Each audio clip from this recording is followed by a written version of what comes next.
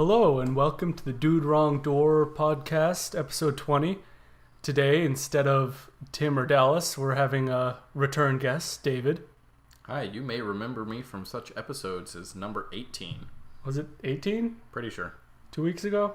Something like that. That sounds about right. And I'm having my associate double check that. Yeah, episode 18. So every third episode you're going to get David, it looks like. Yes. All right, well, we'll just jump right into it.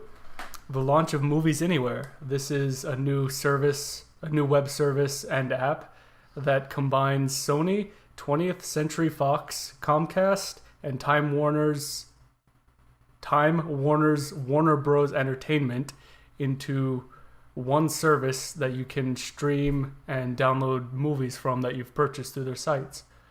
Viacom is not on board, which is one of the other really big movie publishing companies, but I'm hoping it doesn't become a monopoly. However, I'm kind of glad I can now access those from one place because you can also tie it to a Google Play account and I think a Disney account. Okay. So that brings me a little bit more on board because I was about to say, great, another service that I would need to subscribe to. But if it attaches to one of our Google Plays... You can even log in with your Google account. Yes. Okay. So I'm fine with this. I find this acceptable. I just set mine up, and it turns out I have a bunch of movies I didn't know I had. Like Big Hero 6. I didn't know I owned that. So I'm actually going to be able to watch that at some point. Is that going to attach to our little family plan? Or am I going to get your movies too? I do not know. I guess we'll see if you set it up. But yeah, it's more convenient than the old system of having to have 6 different apps for different things, especially with Disney on board. Yeah. I've got a couple of free movies through them. So overall, I'd say that's a pretty good thing. I just hope it's not a way for them to set up into a monopoly and own all streaming services. Yeah. All right. Well, good talk. Feel free to tune in next week. That was a joke. You can laugh. Next up, we got the New Mutants trailer.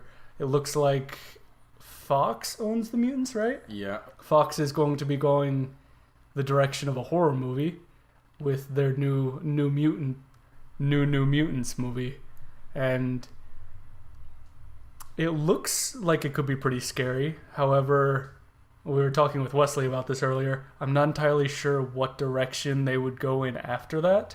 Yeah. And it's Fox. I have, zero confidence. Fox did do the new X-Men movies, though. That's true. First Class and whatnot. So they can make something good. This is just an entirely different ball game, though. I don't know. I can't really think. I know there are plenty, but I'm not really big into horror movies. Me either. I'm not sure if Fox has any really successful ones. Do they own the big ones? I have any no of idea. them? I don't normally watch them either. I watched It. That was good. Yeah. We've already talked about that on the past 4 podcasts. Sure. I know they own Simpsons. Excuse me. Sorry about that, folks. Hope your ears aren't bleeding too much. They own Simpsons, which the recent seasons are pretty scary, seeing what they're doing to the IP. God, yawn. All right, we're not going down that rabbit hole. Next up, Constantine Animated. I don't know if you watched. I didn't watch. There was, I don't know if it's a trailer or just a clip. I think it's just a clip, but a clip of the new Constantine animated series, I believe, on Netflix. So. That does look good. I haven't watched the whole trailer, but I do have some friends that are really big into Constantine. Yeah, it looked like a blast. They're very excited. So, from an outside perspective, I'm optimistic. And I believe it's got the same actor who played him on the CW show doing the voice work. And then I watched it, and it looked like a lot of fun. So I'm looking forward to that. I don't know the release date right now, but you can Google it. Is that good podcast etiquette? Telling them to Google something? Yeah, or you could use Bing. Don't use Bing. No one uses Bing. The Foreigner is out, starring Jackie Chan.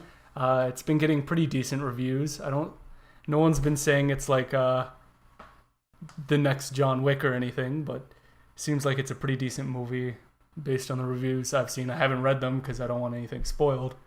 But have you? The scores look good. Yeah. No, I haven't been paying any attention. Oh, well, it's an action thriller kind of mystery starring Jackie Chan. Oh, wait, yeah, that one. Yeah. Yeah, I do want to see that, actually. So, yeah, that's good. Yeah, I'm probably going to try to see it either sometime this week, which I don't know if I have enough free time to, or in like a month. Because, oh, by the way, this is probably the last time you're going to hear me before I leave for Thailand for like a week and a half. Ever. So I'll have some fun stories for that, undoubtedly. I have to drive him to the airport. At like 4 a.m. Yeah. My apologies. I saw Kingsman 2. I haven't seen it yet. Have you seen the first one? Yes. All right. Absolutely. I will not say that it is a great film, but it is a fun movie. Yeah, and that's fine. That's all I really expected from it, to be quite frank. Some of the problems with the first one were the consistency of the tone, where it would go from comic booky action to trying to be serious and realistic and gritty. And this one, for the most part, they just kind of ignore the gritty, realistic part and go full on comedy. Let's just do it'll be fun. Yeah. Which I kind of gathered some of that from the trailer. So. Yeah, and yeah, I'm definitely going to watch it. I might wait for that to go to the dollar theater, though. Not a bad idea. But some of the action scenes were really heavy CG, and I don't know, the camera work mixed with the CG felt kind of uncomfortable at times. But other than that, it's a fun movie. I'd say, I don't know if you want to go to the movies. I used my movie pass, which we're plugging again, $10 a month. See as many movies as you want in the theaters. But I used that, so it was no strain on my wallet, and it was worth the non-payment. All right. Hey, David. Hey, Jan. Are you a fan of the Wu-Tang Clan? I don't really listen to rap. Ah, you are? Good. Well, their new album dropped as of recording this 2 days ago on the 13th, Friday the 13th, and it's called The Saga Continues. Now, I've gotten about 2/3 of the way through it, and I gotta say, it's pretty great. Me too. You've also listened to 2/3 of it? Oddly specific. Yes. No, I He listened hasn't. to none of it. That's fine. Well, for those that enjoy good music, their new album's out. It is not the one that was purchased by Martin Scarelli, the big pharma guy. What he purchased, well, once there's more information about it, we'll tell you, but there's legal disputes as to whether that's actually a Wu-Tang album. But the one he purchased was called Once Upon a Time in Shaolin, and the one that came out is The Saga Continues. So go give that a listen on Spotify, Google Play Music, buy the CD, buy the vinyl. Go to a concert? I don't know if they still have concerts. Buy the sheet music, play it, and rap to yourself quietly in the corner. That is more impressive, honestly. All right. For all the people that still play Pokemon Go out there, which I know is you and your girlfriend. We do not. We gave that up. You finally stopped. To better our lives. Very recently. I started having withdrawals, but I decided to root my phone so that now it no longer works and I cannot be tempted. But people not only still play it, but still data mine it, which means they're going through all the information when there's an update released and figuring out what new code is added. And they discovered that the Halloween event that's coming up is going to have the 3rd generation Pokemon in it. So for the one person listening that still plays, go catch a Trico? So you assume that your listener overlaps with Pokemon Go player?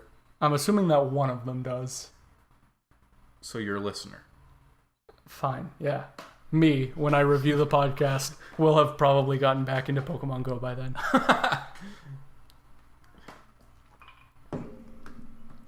All right, this I know you've got an opinion on, or at least I should hope so. IGN bought the Humble Bundle. Yeah, I know, and I'm not excited. I don't know anyone that is, but it's either not going to change a whole lot, which is fine. Yeah, I like Humble Bundle, yeah. Or IGN is going to manage to ruin it, and I don't see any benefit for Humble Bundle. I guess they'll have a little bit more weight behind them, and they might be able to, use more funds, hopefully, for their publishing arm. But that could also go the other direction, and money could just be siphoned out of Humble Bundle, in which case we lose something good. Yeah, we lose something good. Or IGN just uses them as a tax write-off, in which case, like I said... I didn't think about that. Yeah, it'll operate just the same as it does now, and nothing will really change, and that's fine. But the scary possibility is that IGN manages to just ruin it. Right. And I don't know the likelihood of that, but I'm definitely worried about it. I'm hoping it doesn't happen. For those not familiar with what the Humble Bundle is, it's where you can pay what you want for indie games, and when you pay for them, you can pick how much is given to the developers or how much is given to a charity of your choice, or I think it's of limited choices, but you get to pick which ones and how much is given to the publishing company. So people are saying that worst case you can just, well, not worst case, but it would be an option to just drop how much is going to the publishing company if it's an accurate representation of what they're actually doing with the money, which it hopefully is. Hopefully. I think they'd get into a lot of trouble if that wasn't. But that's assuming IGN even keeps that mechanism. That's true. So hopefully everything will be the same. Or better, if they get more money for Humble Bundle to do their own publishing because they've gotten into the publishing game, I don't see that being a bad thing. It's just there's the very real possibility that IGN will do something that totally ruins the kind of magical formula that Humble Bundle has had so far. Right. Basically, best case scenario is they don't really touch it. Yeah. Which, fingers crossed that a large company doesn't mess with the smaller company it just bought. Okay, so Super Mario Odyssey has a demo in kiosks, like at Walmart. When you were a kid, you'd go play the TV screen that's way too high up, and you'd hurt your neck because you're standing there for 15 minutes, staring straight up, trying to get as much of this game in as you can. Yeah, I distinctly remember playing Metroid Fusion on those, and never knowing where it was supposed to go because someone would have just left it in the middle of doing something.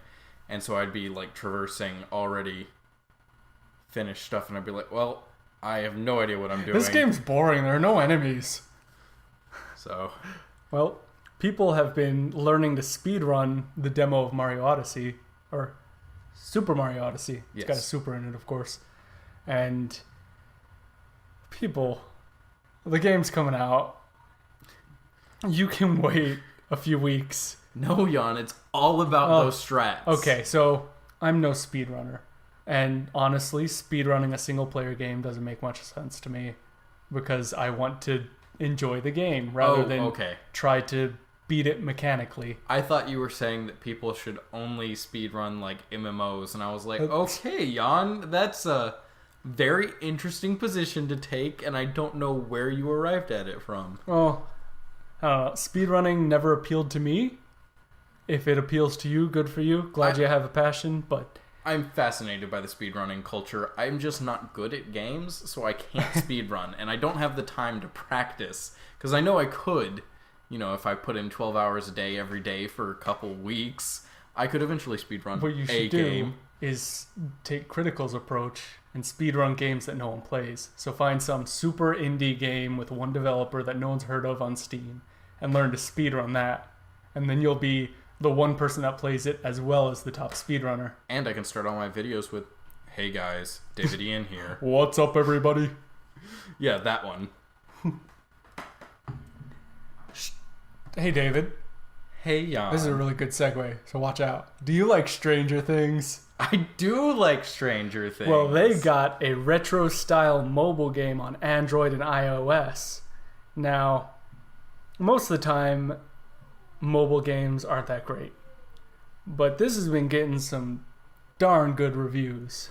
I think it's sitting at like a 4.8 on Google Play. Yes, and I'm going to have to install that. I don't know how iOS works. Jan posted a picture of that in our group chat, and I just assumed that it was some shovelware title that was going to get removed. No, it's official. It's building hype for Season 2, which premieres on October 27th. Oh!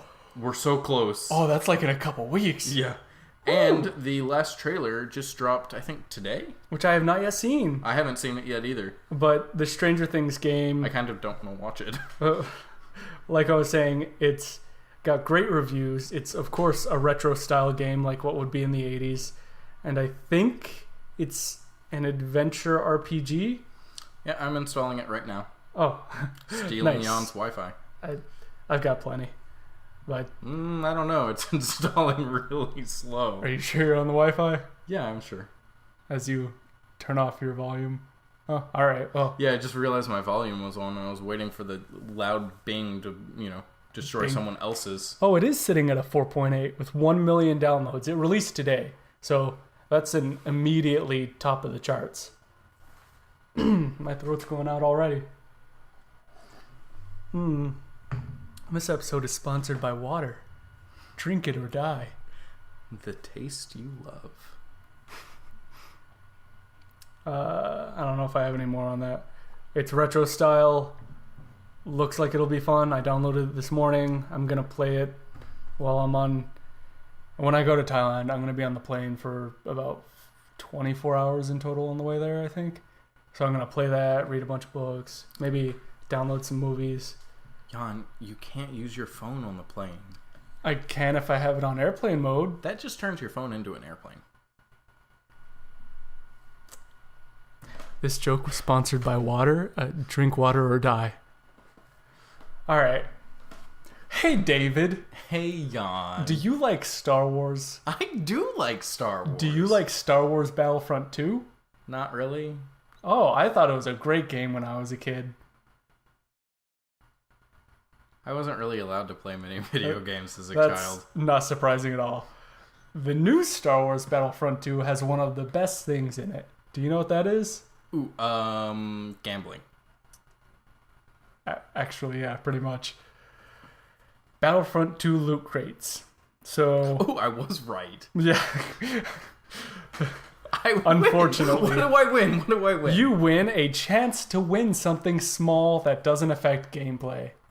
I thought it did for Battlefront 2. I actually did know about the loot crates. Then you might know more about this than I did. Yeah, so as I understand it, the loot crates get you stuff like cards, and the cards are used to change or augment your powers for different characters. You can scrap them in order to craft new cards and items and stuff, but apparently it's super grindy, and basically you have to pay to get anywhere in the game. Right. So according to DICE and EA, after the beta, they quote unquote looked at the player feedback and have responded that as a balance goal, we're working toward having the most powerful items in the game be only earnable via in-game achievements. Wow, I was having trouble with a lot of that sentence. But basically, They're saying that hopefully, allegedly, there's a chance that the loot crates will only be cosmetic. Okay, that would be a market improvement, because otherwise it was just going to be pay to win. I'd buy a loot crate day one before even getting into a match, and all of a sudden I have better equipment than you. Maybe. If you get a lucky roll. Chances are you'd have to spend like $100 first after the $60 for the game, or $40, or how much they're selling it for. It depends on if you're buying the deluxe edition or the standard. I think it comes in the standard silver and gold tiers. No, I don't know. I'm not particularly familiar with the new Battlefront games. From what I remember, star cards allow you to use different weapons. I could be wrong. But according to this, crates will include a mix of star cards, outfits, emotes, or victory poses. So pretty much the Overwatch approach, replacing sprays with star cards. Just still not, like, great, but it's better than locking actual game-changing abilities behind a paywall. That could be better. I guess it could be worse. I guess we'll have to see what they do once it comes out. Because the beta came out, or the beta was playable, I think, last week. So the weekend of the 7th? That sounds right. Of October 2017. So we'll have to see how that progresses. Stay tuned to find out more. Hey, David. Okay, this is getting old. I'm not on my game segue-wise today. I'll admit that. League of Legends founders, the two guys, what are their names? I don't have it pulled up. The two guys that pretty much created League of Legends have decided after, I think, 11 years... Yeah, that game's been around a while. ...to make their second game. Now, there are no details as to what kind of game they're going to be going with or anything, really. They've just pretty much announced that they're stepping down from League of Legends and passing ownership off to the Riot Games is the name of the company that owns League of Legends, for those not informed. But the Riot CFO, which is Chief Financial Officer, Dylan Jadeja. I know I said that wrong, but oh well. Also, Scott Gelb, the CTO, Chief Technical Officer, and Nicolo Laurent, the president, will be taking up the mantle of the game while the game's founders go off to whatever it is they want to do. You know, I wish them luck, and I just hope it goes better than, like, Notch leaving Minecraft development and then promptly not doing a whole lot. Well, he's rich. He can kind of do what he wants now. But he had ideas for other games that sounded cool and then never came to fruition. I technically still own a key for... what's the name of that game? Minecraft? Well, yes. Excuse you. How unladylike. No, the space one. All I can think of is Limit Theory, but that's an entirely different thing. Whatever. Doesn't matter. Oh, well. Good luck to them. It'll be interesting to see what they do. Hopefully it's not just a League of Legends spiritual successor, League of Legends 2. Electric Boogaloo. Don't make that joke. We agreed we wouldn't make that joke on this podcast. Really? No. Because that's actually something I can hear you guys doing. We are flying through the news that I have written down, so y'all might get a short episode. We're going to have to see. Yeah, I don't think either of us is on our game. It's late. Yeah, and we just spent like the past hour and a half playing the new Magic the Gathering. It was more than that. Ixalan release. We did a draft? A draft, yeah. So basically we each got 3 packs of cards. We'd open 1 pack at a time. We'd take 1 card out and then swap out who gets the stack of cards. I am explaining that terribly. Yes. Translation, we were nerds for like 2.5, 3 hours. For most, if not all of our lives. Well, that too, but, you know, hardcore Exhibit A nerds for a while there. Pretty much, yeah. And we created decks, played each other. I won once, but it was super close. I won twice and then lost once. And Wesley was the third person. Dallas, you were supposed to play. You didn't.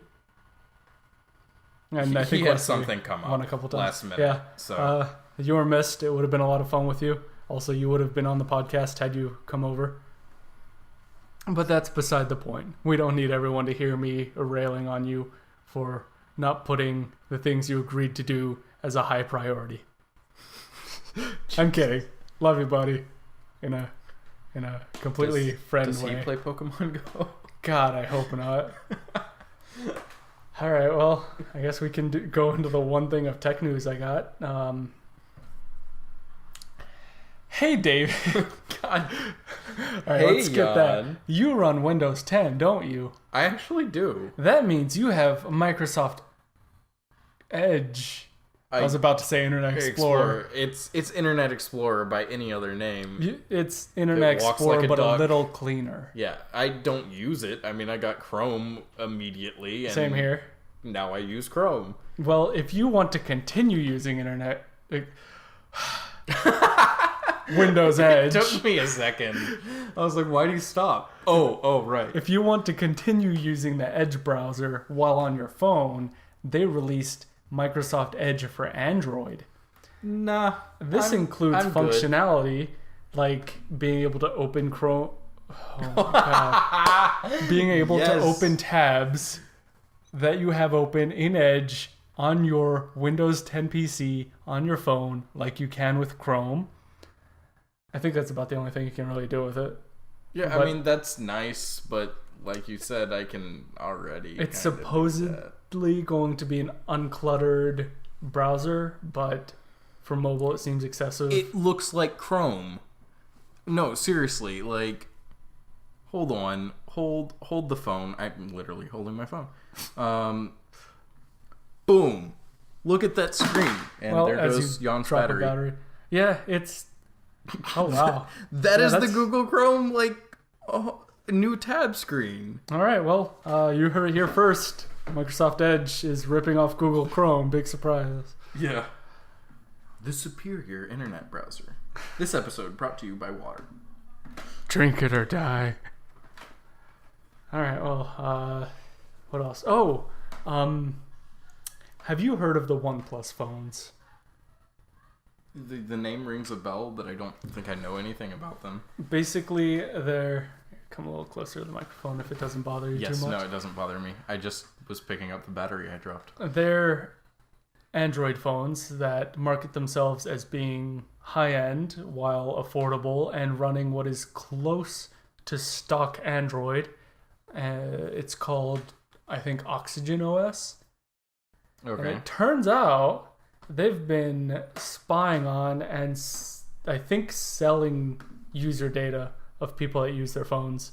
Oh, that's awful. It was recently discovered, and they released a statement saying pretty much, all right, we're gonna pull back with that a little bit and not steal as much of your information, which is sad because first off, they're stealing the information of the people paying for their products, but also because... I mean, Lenovo got in a huge amount of trouble for that just 2 years ago. Well, one of the main reasons they do it is because oftentimes they're not making a whole lot of money actually selling the phone.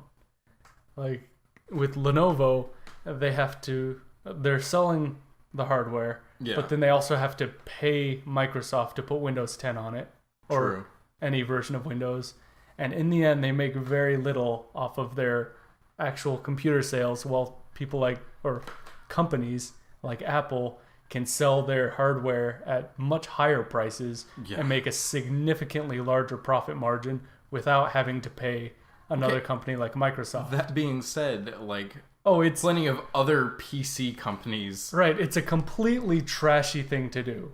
I agree, and I do not approve of it at all. That's why I tend to pay what many people think is too much for a computer or something or a phone, just so I can ensure that it's as close to being what it should be as possible. It can be, yes.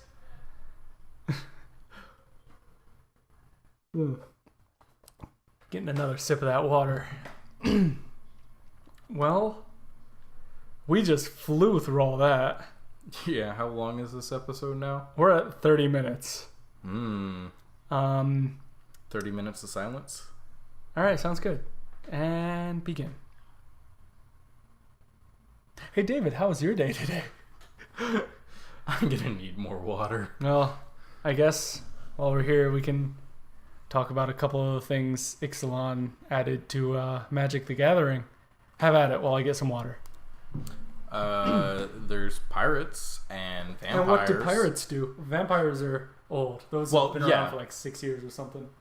And dinosaurs. Those are the three Ixalan clans, I guess. I don't know what they do. I had 0 pirates in my deck. All right, well, pirates have mechanics called raid, which is not particularly interesting because it just allows you to trigger an event when you either play the pirate or when something specified happens. So Like it's the pirate dying. Yeah, That or was a common one. dealing damage or something like that. So it's the pirate mechanics aren't in and of themselves wholly innovative. However, they also added what are they called? Ships? Oh yeah, the ships are kind of cool. We didn't actually end up using any. Yeah, I was about to say. I had a ship in my deck and I never saw it. But generally it allows you to tap your own creatures to use the artifact as a creature. And we didn't get any good ones, so we didn't use them. What else? There was also dinosaurs. Those aren't particularly they're interesting. Like pretty standard beast type creatures, basically. So, Just, dinosaurs instead of beasts. Nope. All in all, nothing too exciting, but playing it was still fun. Yeah, it was. Because I don't think either of us have played a Magic the Gathering game in Since junior year of college? Pretty much. So what, 4 years or so? Yeah, 3 years. Speaking of Magic, hey David. Hey Jan. Have you signed up for the new Magic the Gathering online card game? No. I don't remember what it's called. Wesley has already gone to bed, otherwise I'd yell for him. I think it's called Arena. I'm probably wrong. Talk while I look it up. I'm talking right now to fill empty space, and so you can't quite hear Jan's clackering. Oh, they can keys. totally hear it. Yeah, I know. All right. It is called... As Jan... It is Arena. Oh, hey, Jan got something right for once in his life. Thanks, buddy. All right, so Magic the Gathering Arena is... Magic the Gathering has had an online card game service for a while, as well as apps. But this is supposedly their answer to Hearthstone, where they make it a lot more interesting to watch and therefore a lot more interesting to stream, in hopes that I guess they can get in on that Twitch crowd that loves watching other people play a card game digitally. Yeah, Hearthstone. Yep. I've been playing Magic pretty much my entire life, so I've already signed up for the beta, which you should too, so that once that's out, we can play around a little bit with that. Yeah, I didn't even know that was happening, but I will do that. Because eventually I'll have free time again. You say that, but the more you adult, the less free time you have. True. Unfortunately. Yeah. Well... I don't know, you want to find something else to talk about? You got anything? we can probably end this. Whew. Oh, wow, yeah, it's already 11:30. Yeah, I do have and to I get gotta home. edit this and try to get this out by tomorrow. Okay, yeah. Yeah, I've got a bunch of schoolwork I've got to do. Cool. Well, y'all get a special half episode because David and I were together, and nothing ever lasts long when we're together. It's subtle enough. All right. To make up for it, Tim and Dallas, their next episode will be a 3.5 hour special. I repeat, the next episode with both Tim and Dallas on it will last 3.5 hours nonstop. So don't forget to lick, cement, surprise, as we say, which we explained that on our 3rd or 4th episode when we came up with it of our gaming channel, but that it means comment, subscribe, and it's if you watch Dude Wrong Button, you can hear Tim and I, and our conversations tend to devolve to guttural noises and nonsense words. Yes, that's pretty standard across our friend group. I think it's Tim's fault. I Sure agree. I think he's the catalyst of most of our nonsense. So I also think I just accidentally paused Annie's show. Oh, she will not be pleased. I'm gonna have to go fix that. I fixed it. I think I could hear her say, All right, well, tune in next week, and we will catch you later. Say goodbye. Goodbye.